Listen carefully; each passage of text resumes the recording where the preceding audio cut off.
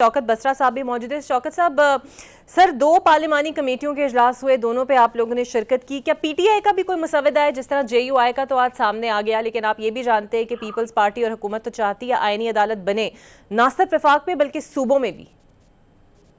इतना सबसे पहले तो हम मौलाना फजल रहमान साहब के और जेयूआई के बहुत मशहूर हैं कि जिस तरह उन्होंने आइन और कानून के साथ खड़े हैं। और हमारी कल जो लास्ट मीटिंग हुई थी और उसमें उन्होंने क्लैरिटी के साथ कहा था कि हम कोई ऐसी तरमीम के हक में नहीं है कि जो आइन से बाला हो, जो आइन से मावरा हो।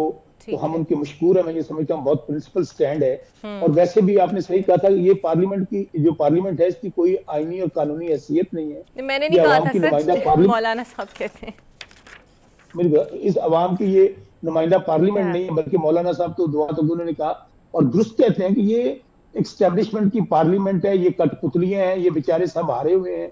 जो अवाम की नुमाइंदा पार्लियामेंट नहीं है उसको आइन में तरमीम का इख्तियार क्या है? हमारा तो नुक्ता ये है। दूसरी बात, और जो ये करना चाहते हैं बदनीति, ये देख लें कि रात के अंधेरे में किसी को पता नहीं, ना वजीर आजम को पता है, ना इत्तेहादियों को पता है, ना वजीर कानून को पता है। भेड़ बकरियों की तरह उनको एमएनए को वहां पे काबू किया हुआ है, हमारे लोग अगवा किए हुए हैं और वो पास करवाना चाहते थे। मैं समझता हूँ मौलाना साहब ने उस दिन भी बड़ा तारीखी फरीजा सर अंजाम दिया। उनको मैं खराज तहसीन पेश करता हूँ मौलाना अब्दुल्ला साहब के जरिए पूरी जेयूआई को।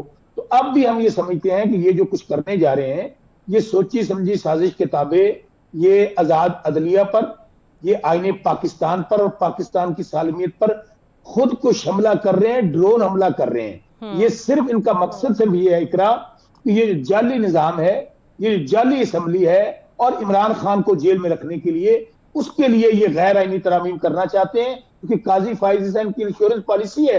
आप ख्वाजा आसिफ का बयान उठाकर देख लें, उन्होंने कहा जी 25 अक्टूबर तक अगर तरामीम नहीं होती तो हमें डर है ये इलेक्शन का ऑडिट, ये इलेक्शन का ऑडिट हो जाएगा। अच्छा बसरा साहब, ये भी सर ऐड कर लीजिए अपने जवाब में, चूंकि आप इसी पर बात कर रहे हैं। आज बिलावल भुट्टो ने पहले ट्वीट और बाद में शरी रहमान साहिबा ने वजाहत भी इसकी की कि बिलावल भुट्टो ने रिसर्च देखकर इंकशाफ किया है कि आईनी अदालत का जो कयाम है वो कायदे-आज़म मोहम्मद अली जना की भी तरजीह थी। आप लोग क्यों सर कायदे-आज़म के ख्वाब में रुकावट डाल रहे हैं? मुझसे पूछे? जी आपसे ही पूछ रही हूँ सर।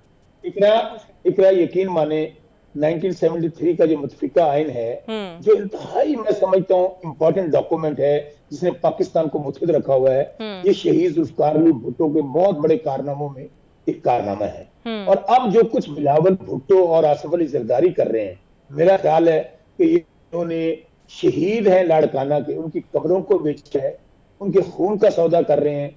आज उनकी कब्र के अंदर जो उनकी मैतें हैं ना, वो भी वो सोच रही होंगी कि हमारे ये इस आज के दिन के लिए हमने शहादतें दी थी, आज उनकी कब्र के अंदर उनकी जो मैतें हैं वो भी बेचैन हो रही होंगी, उनकी रूह तड़प रही होगी शहीद जुल्फकार अली भुट्टो और शहीद बीबी की। तो इस दिन के लिए हमने इतनी बड़ी कुर्बानियां दी और आज हमारे जो वारिस अपने आप को जो कहलाते हैं वो आइन पर हमलावर हुए हैं, वो आइन को तोड़ना चाहते हैं। और आइन को तोड़ना मुल्क को तोड़ने के मुतरादिफ है। इकरा मेरी गुजारिश सुन ले। और मैं फिर कहता हूँ कि ये सिर्फ और सिर्फ बार बार कह रहे हैं ये फ्रॉड निजाम को बचाने के लिए, जाली निजाम को बचाने के लिए गैर आईनी तरामीम करना चाहते हैं। अपने हैंड पिक जज के जरिए ये आईनी अदालत बनाना चाहते हैं। मुझे एक बात बताएं, सबसे ज्यादा काम तो पड़ा है छोटी अदालतों में, लोअर कोर्ट्स में। वहां क्या इन्होंने रिफॉर्म्स की है? सेशन कोर्ट में क्या रिफॉर्म्स की है? सिर्फ और सिर्फ ये करने का मकसद सिर्फ ये है कि हम अपनी मनपसंद अदालत बनाकर वहां अपने जजेस बैठा लें,